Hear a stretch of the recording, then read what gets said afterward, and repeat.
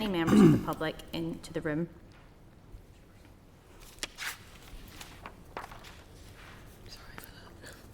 Okay. Thank you. So declare this meeting open to the public. Welcome members to the 37th meeting of the Public Accounts Committee for this 2022-27 mandate. Members, this committee meeting will be recorded and broadcast through Parliament buildings and online. However, there could be a slight delay in moving to any private session or back into public session, so please be patient. Those in the public gallery, of course, are welcome to use mobile devices as long as they're in airplane mode and all devices are muted. You can connect to the Assembly Wi-Fi and password details are available on the gallery rules. It's not permitted to take photographs or record any of the meeting. So agenda item 1 then, apologies. I have apologies from Daniel McCrossan, Colin Crawford and Tom Buchanan is running slightly late. Is there any other apologies? No problem. Agenda item 2 then, draft minutes. I refer members to the pack for a copy of the draft minutes of the meeting of the 20th of March at pages 6 to 12 of the meeting pack. Members, are you happy to agree the minutes? Agreed. Thank you.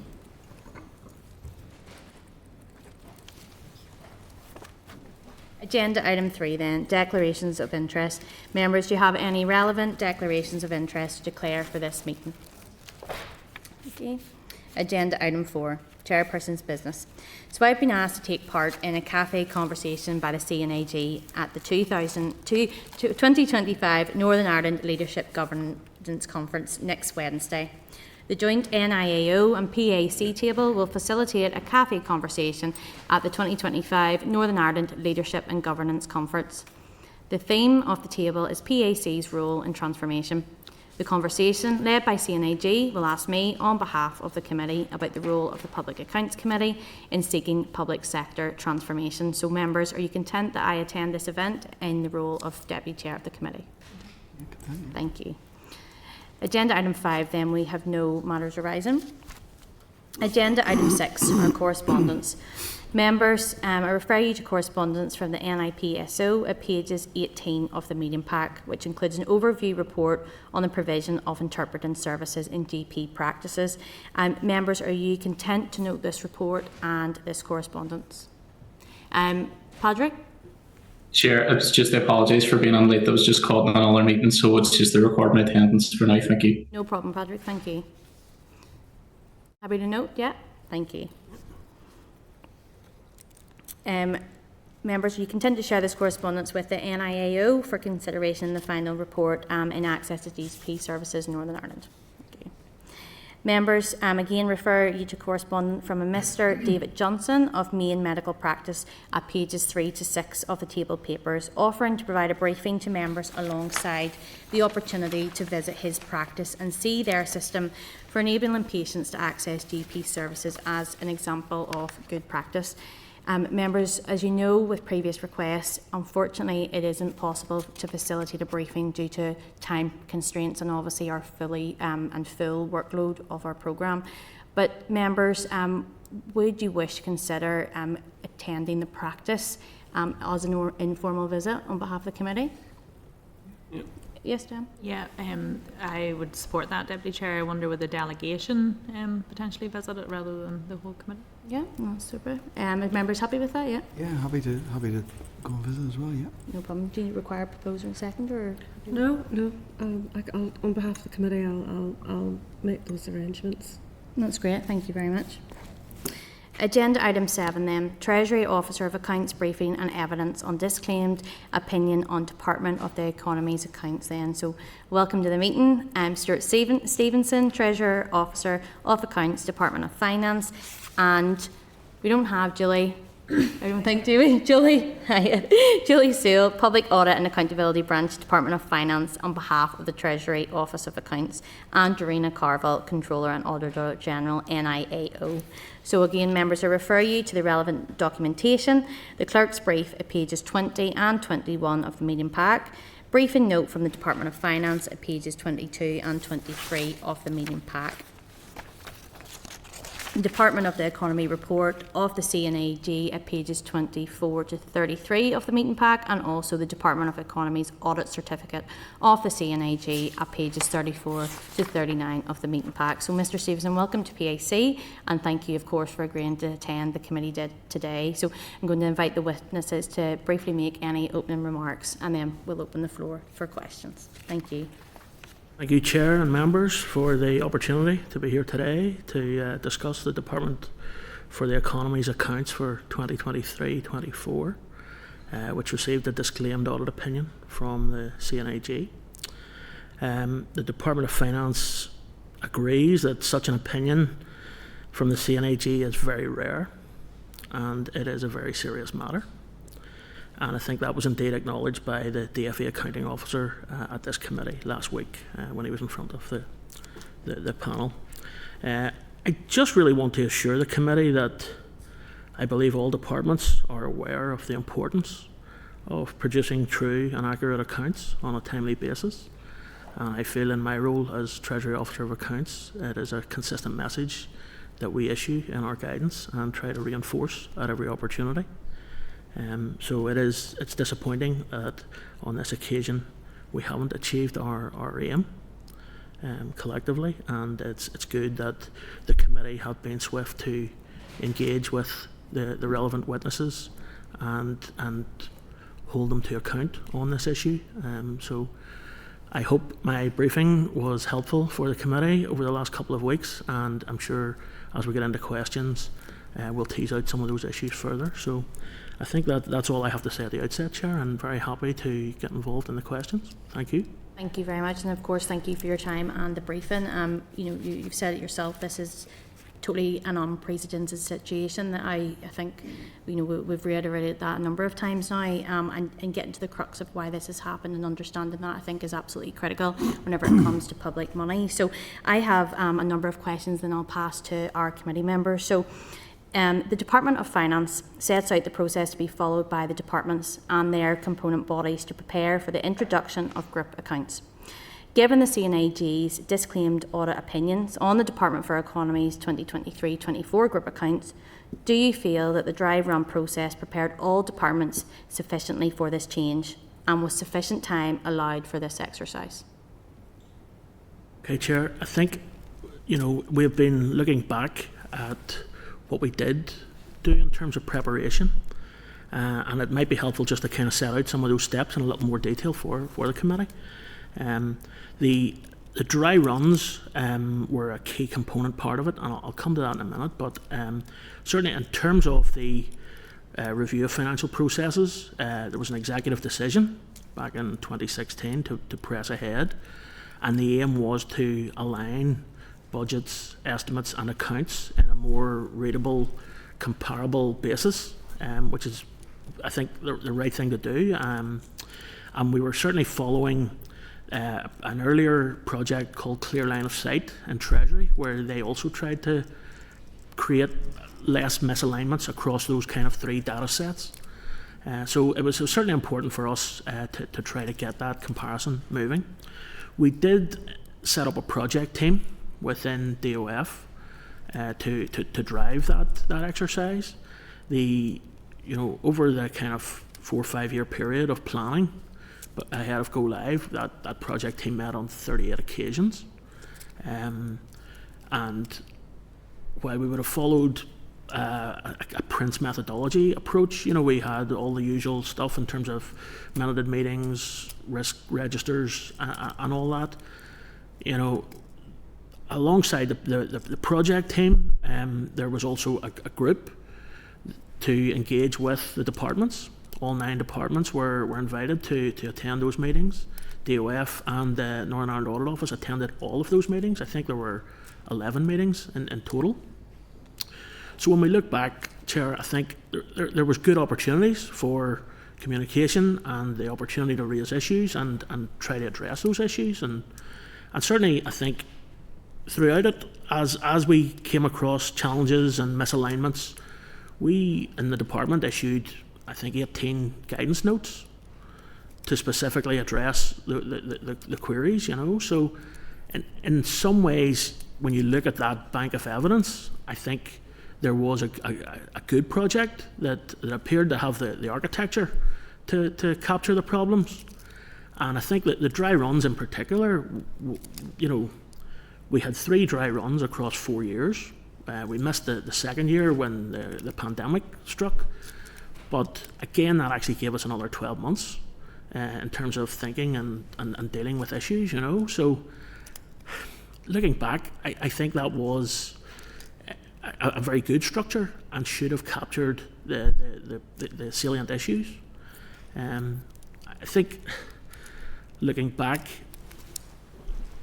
the seasonal nature of production of accounts is always a challenge.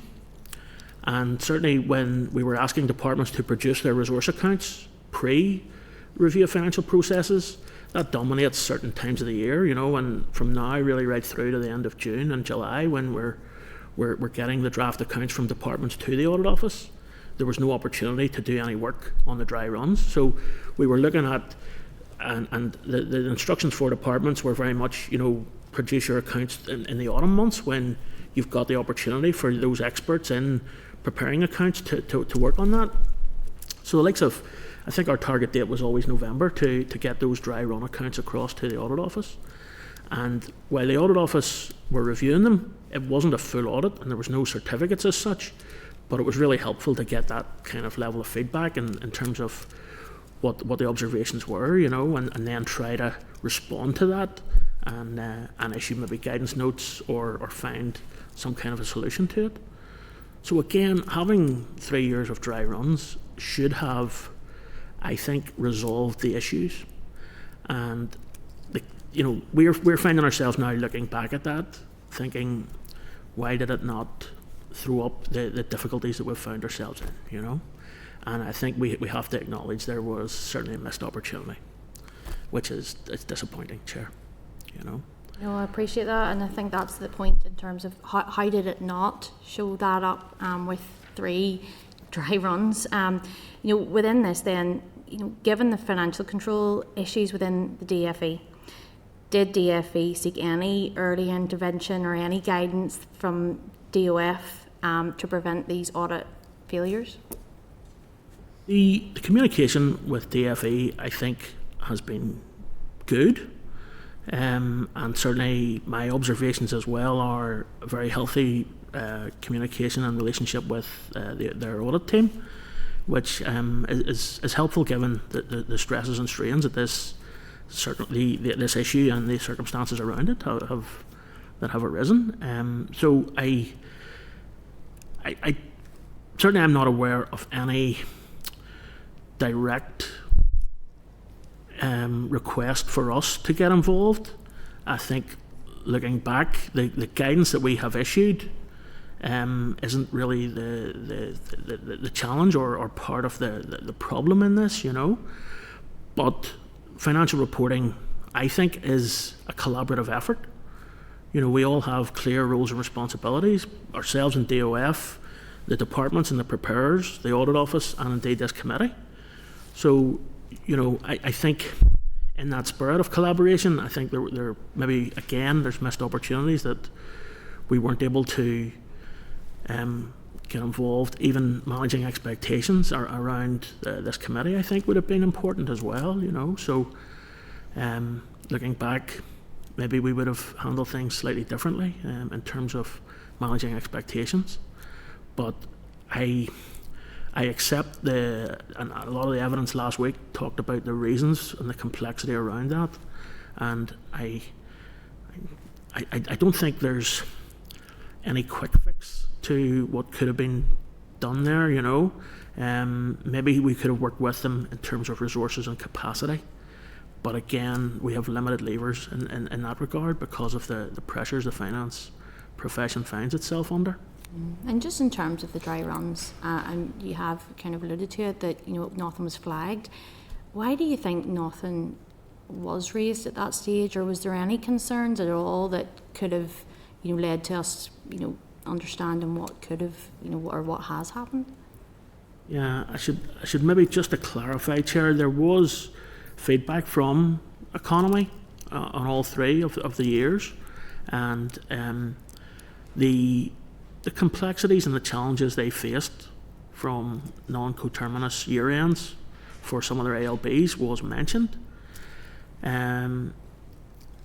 but more in terms of causing delays, and certainly the issue about maybe validating the figures and providing the source evidence to enable a full audit on it wasn't clearly projected at that stage. So I think they were aware it was going to be difficult, but I think we didn't really get the severity of the challenge, and even the fact that some of these issues didn't really emerge until the 23-4 accounts were prepared also highlights that we underestimated the difficulties and the complexities involved. I appreciate that. Thank you. I'm going to pass over to Jan for South. Thank you, Chair, and thank you, Stuart, for coming to speak to us on this today. Just following on from what you said, given the fact that this presented in the 23-24 accounts, I just wanted to ask, with the 22-23 Department for Economy accounts missing their statutory deadline, and then the CNAG's report on those accounts outlining the delays that were encountered in the 22-23, what concerns did that raise to you as TOA?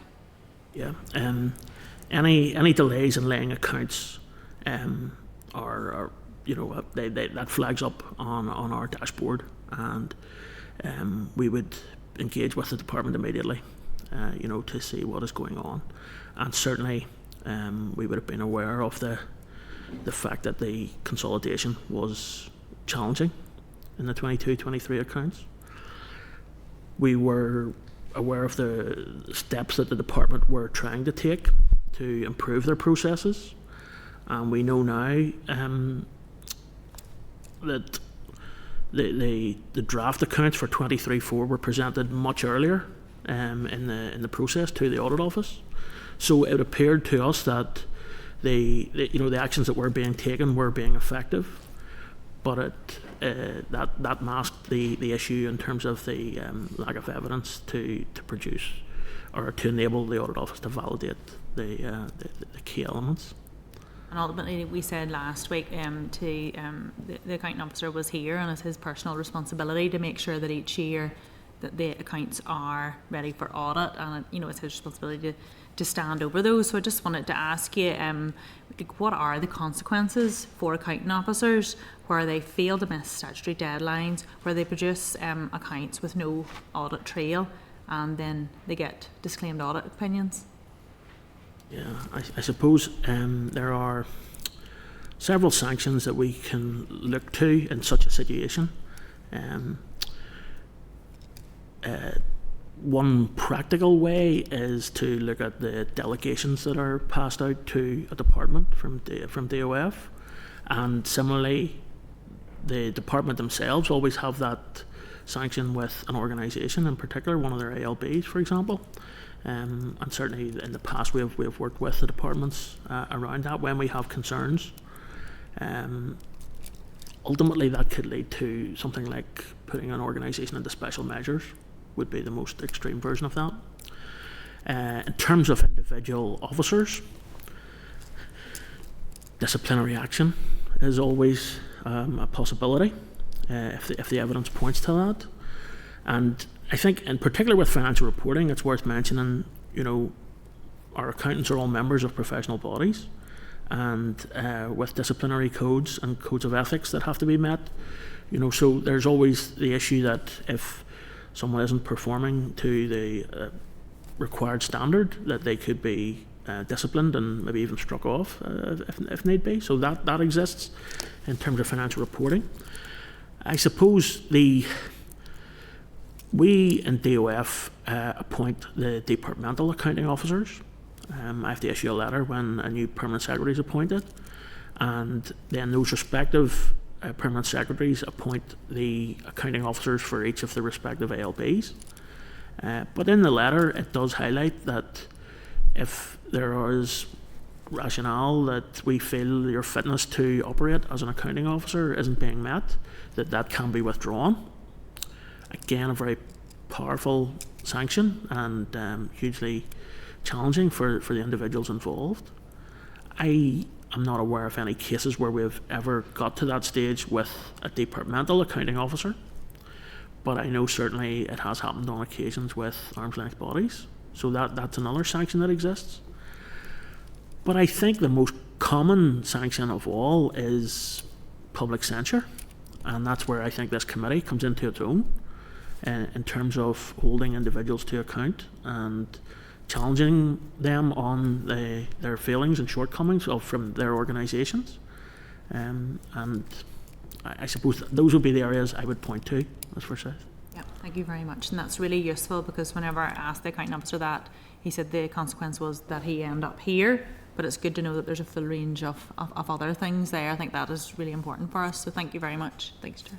Thank you, Diane. David Honeyford? Right, thank you, Stuart. And what steps did DOF take to ensure that DFE's processes were suitably improved in the in 23-24, in the year 23-24? Well, we would have the personal assurances we would have sought were, how are we going to improve, and on the delays, and certainly it was for us, the problem was the delays and timing at that stage. So the department put plans in place around their process, pressing the component bodies to get their accounts completed and audited in a quicker timescale, to enable them to get the consolidation done earlier in the cycle, and so on. So when we were aware the draft accounts had gone to the audit office much earlier than the 22-23 year, I think we were maybe a little complacent, but at that point we felt this is good progress. They are getting it organised. We didn't anticipate the issues that have since emerged in recent weeks at that point. And that's a missed opportunity.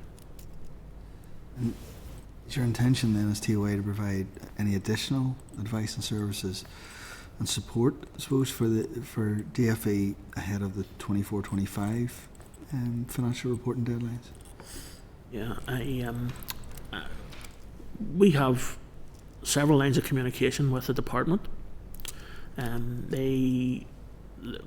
Formally, the department would meet with their supply team to resolve any issues and any business around public expenditure and budgets and so on, business cases, and any financial reporting issues. But I would have informal contact with Economy on two occasions. I sit on the Finance Directors Forum with Ms Hetherington, was one of the witnesses here last week. And we also sit on the Finance Director subgroup that looks at the finance profession. So we're in regular contact about what their needs and requirements are. I think for us at this stage, the focus is on increasing capacity within the Finance Directorate. I know Mr Snowden's looking at a new structure, and I think a separation at FD level between the account side and the budget side.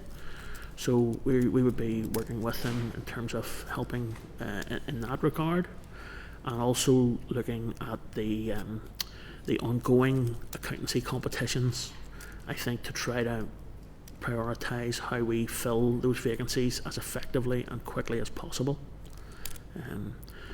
Economy would have the highest number of accountants compared to all the other departments, and also carries a substantial number of vacancies. He told us there was 80. Yes, that's correct. Is there 80 there, or is there many vacancies? Is the 80 is 80 the number there's meant to be, or is 80 the number there currently is? Yeah. We ask for an accountancy return on an annual basis. And it's a bit like a census of the number of professionally qualified accountants working in a department, and that gives us some helpful data to look at where our accountants are, what grade they're at, and the split across departments and which institution they're with as well. So the 80 figure I am familiar with. I think it was last May we would have requested those returns, and Economy had, I think, I might have it actually, if you just give me a wee second. Yeah. Sorry, Chair, for 79 accountants in accountancy posts. They also have a further 30 accountants who are in non-finance roles, or certainly not specific accountant posts. So they could be working in other parts of finance. But in total, They have that's 110 accountants. They have 110 accountants in the department. as of last May. That was the case. Yeah. That is absolutely staggering. Like, that's got to be bigger than every firm in Belfast. Yeah. As a brief analysis, that's the next highest. Just to give you a comparison, would be the Department for Communities. They would have 82 in total.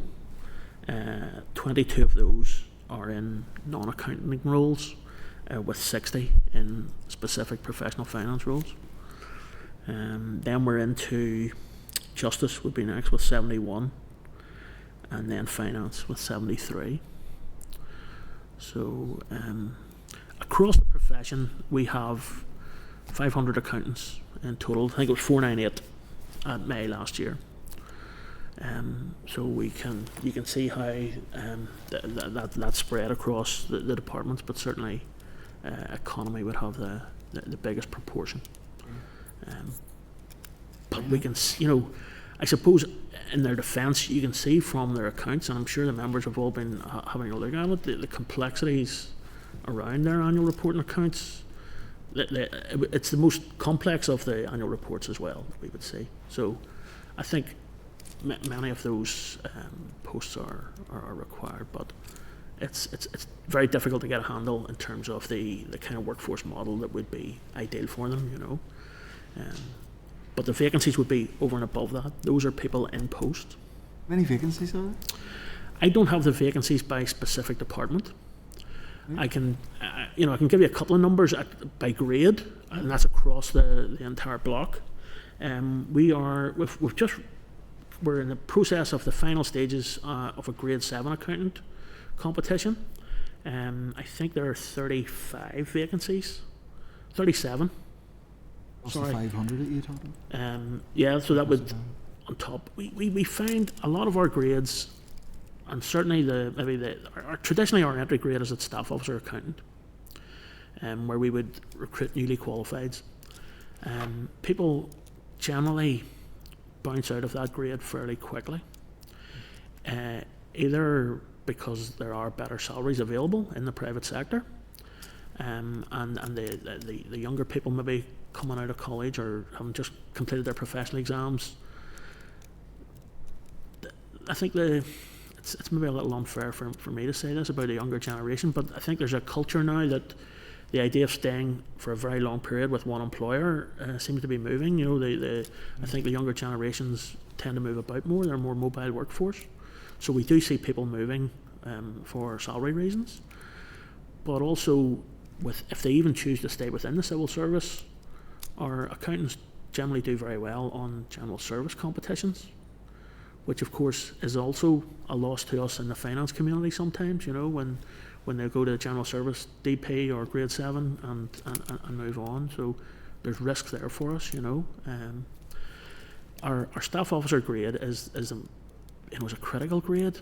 A lot of the people who will be the front line in terms of accounts production, and we're currently running with 45 vacancies at staff officer across the block. So that's a significant risk for us. It's a 10% nearly of our whole. But that's been like that for several years. Sorry, I'm starting to go on a Thank you. bit. It's very interesting. Colin. Thank you, Chair. And just building on that question of David. So we had heard last week around the complexity of the department's accounts, including arm's length bodies, different year-end account times. Some of the groups actually being all Ireland bodies, and therefore currencies in euro and all that. Do you accept that there is significant complexity within the work that they're doing to try to draw this all together into a?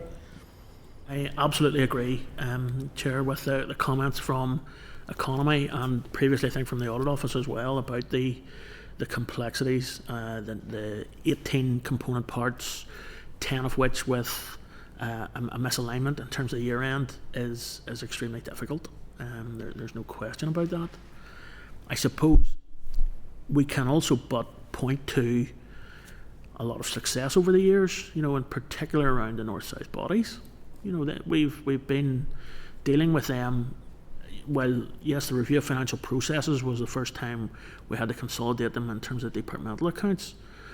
You know, we've always been able to deal with them in terms of the budget complexities and so on, and we've had to adapt to the lack of alignment across the year ends there, you know. So we've some experience as well prior to the review of financial processes that we would have hoped would help, but we now know that it wasn't enough at this stage. And looking forward then, we've heard that work is ongoing to try to address these issues, and that work will take a period of time.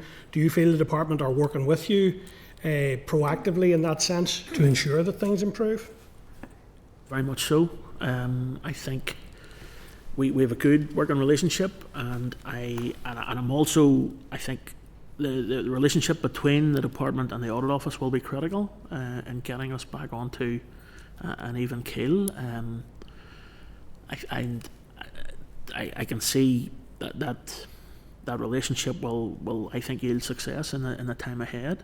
We stand ready to help where we can, and we will keep the lines of communication open. I think there are some big decisions for economy moving forward. I know there was some mention last week about maybe looking to legislate to maybe change year ends for the colleges. So we will stand ready in that regard. And I think it might be, you know, we've been trying to do some research ourselves to see how the likes of something like that would benchmark, you know, and certainly I sit on the UK FRAB, so I've got contacts in the other devolved authorities, and I think my understanding is, for example, the Scots, they changed their college year ends to align into March, and actually after a few years reversed back to the end of July deadline, which I think is very interesting, and I'd be keen to find out some more information there, which would probably feed into the deliberations for economy in terms of that moving forward. I think that's a key point, you know, we will try to learn from others. Yeah, and that would certainly be useful. Given you the Department of Finance role in coordinating the whole of government accounts, do you foresee any knock-on impact there, or is there any work ongoing to ensure that it is minimised or whatever? Yes, and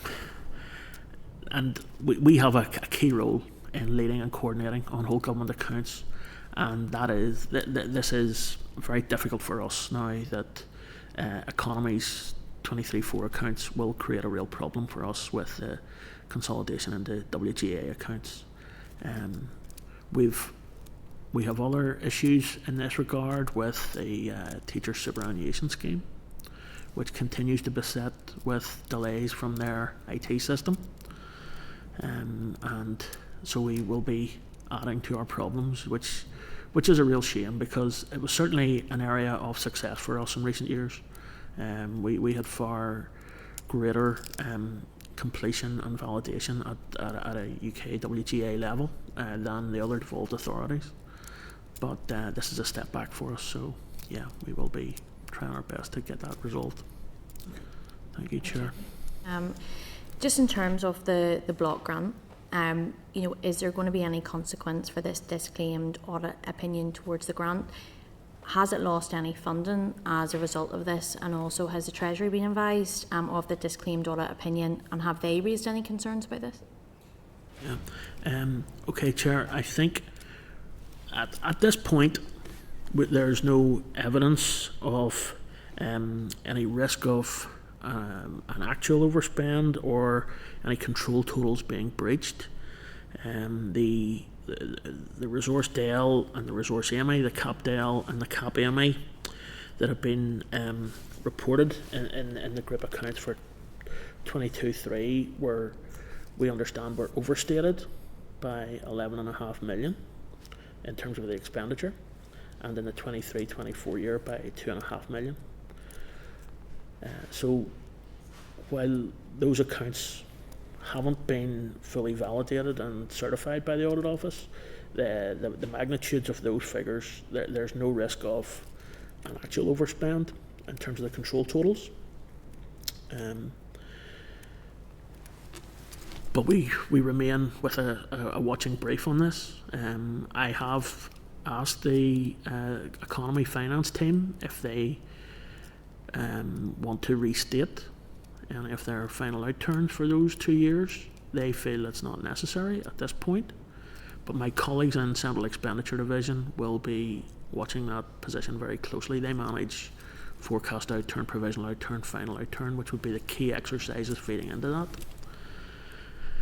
In terms of Treasury, I again, because I sit on the UK FRAB board, I feel as a courtesy I need to reach out to the financial reporting team and Treasury. So I'm hoping to have a meeting with the Deputy Director this Tuesday, just to alert him to the fact that we've got a disclaimed audit opinion with one of our departments. And also then try to reach out to Treasury to see, their experiences of anything similar as well. I think it's good to get that line of communication open, but at this point in time, we are not aware of any evidence that points to an issue in terms of a breach of control totals. Just in terms of the Treasury, I take it then there has been no communication from them to yourself raising any concerns. Obviously it was in the media, it's significant, unprecedented event that has happened, so there has been no, and I think the fact that we have this meeting scheduled for Tuesday, I think it's maybe kept that at bay, Chair. So I'm very happy to keep the committee updated on how that goes in the future. But certainly I think we're doing the right thing, reaching out to them and alerting them to that fact. Definitely. Just last question from me, and then we'll go past to Diane. Just the CNAG's report highlighted that there was a regular expenditure of 18.3 million in 2023-24. Following audit queries raised, an additional 65.3 million required retrospective approval in order to avoid further irregular expenditure. So given the magnitude of expenditure reported, there's an onus on DFO, Department of Finance, to take proactive steps to ensure DFE fully understand approvals required. Absolutely agree, Chair. Very important question, and I know that my colleagues in Supply Division, who are also in Public Spending Group, and they would issue the DOF approvals. The retrospective approval issue that's been flagged by the Audit Office, we have a very special set of circumstances whereby if a business case has been prepared but simply not sent to the department, like an oversight in terms of the actual administration, sending it to DOF, that's the only set of circumstances where we will traditionally consider retrospective approval. That wasn't the case in this instance, so Department for the Economy, I understand, are not sending a case in terms of the historical spend, so the irregularity will remain the case for those years in the past. I understand that they have produced a business case looking forward in terms of the proactive or the spend moving ahead, and that's currently with my colleagues in Supply who are working through the business case and will hopefully be getting a response of some sort back to the department in due course. So that is underway at the minute. Thank you. Diane? Yeah, thank you, Chair. And just a final one from me. You had mentioned, the 500 accountants across the civil service, the different amounts in different departments. Obviously, they're at different grades. I just wanted to ask, when was the last time there was an actual review of that, either internally or externally, as to what the need of the Northern Ireland Civil Service was in terms of accountancy and where those roles sat? Yeah, I don't think we have ever had, certainly not in my time in the profession, a comprehensive workforce plan across departments. And I suppose part of the reason for that is our accountability model, that we have individual accounting officers that are responsible for their respective departments, and it's their personal responsibility to ensure that the administrative finance functions are fit for purpose. So it's within their gift to deploy resources, prioritise investment in their finance teams. We work collectively now in terms of our recruitment competitions, so there is some cut across, and I suppose some of that is getting mopped up a little bit in the projects around Integrate, as we look to what the future holds for the finance profession and the kind of commonality of processes that we're hoping for moving forward, getting more consistent in our approach. So there are certainly the work from that project and the benefits realisation work provide opportunities to maybe look at, how many accountants should we actually need, and and how do we streamline that and get away from maybe some of the processes and misalignments in certain areas. So there is opportunities there. And certainly the head of the finance profession is Joanne McBurney, and she's building on the good work from Richard Pengelly before that. So there is a focus at the top of the house on what our future model looks like in that regard. Yeah, and I think it would just be useful, because whenever you talk in terms of these numbers, as David said, when you're saying there's 110 qualified accountants sitting in the Department for Economy, yet we're still faced with this. How many accountants are you actually saying they need to have the answers? So just to have an idea of what best practice would be, maybe wouldn't do any harm to have some sort of a review as to what best practice is, what other people are doing. But as you say, as part of the Integrate model, it is being looked at, which is some degree of assurance to the attention being on it. Yeah, and Integrate itself is putting another added pressure on the finance profession, because so many people are needed to kind of feed into the project and make a success of that. So we probably will see a temporary increase in terms of the numbers, but once that project is in place and this new system is operating, we're then hopeful that we will see that kind of reduction down to levels. But it is all wrapped up in terms of that kind of benefits realisation piece. So that's what we hope for the future. Thank you, Jan, and thank you, Stuart, for being with us today and answering all those questions. Just in terms of the CNAG, do you have any comments that you would like to make? Yeah, no problem. Do you want to come to the table? Stuart, thank you so much for attending today, and Julie as well. Really appreciate that. And we'll be in further contact if there's anything needed. Thank you.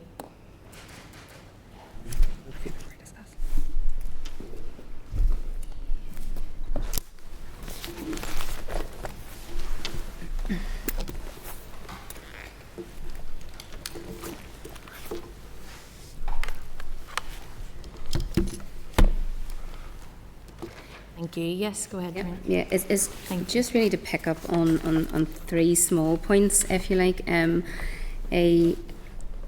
It was noted there by the TOA that issues weren't flagged until 23-24 accounts, and I suppose I just wanted to remind the committee that whilst 23-24 is obviously the first year that I have disclaimed my opinion, I did put a lengthy report on the previous year's accounts, which did actually flag up problems and delays experienced, and I suppose flag those, and very much flag those to the department as well at that stage. So just to bear in mind that whilst 23-24 is the first year of a disclaimed audit opinion, the issues that were in the previous year were flagged up by way of my report.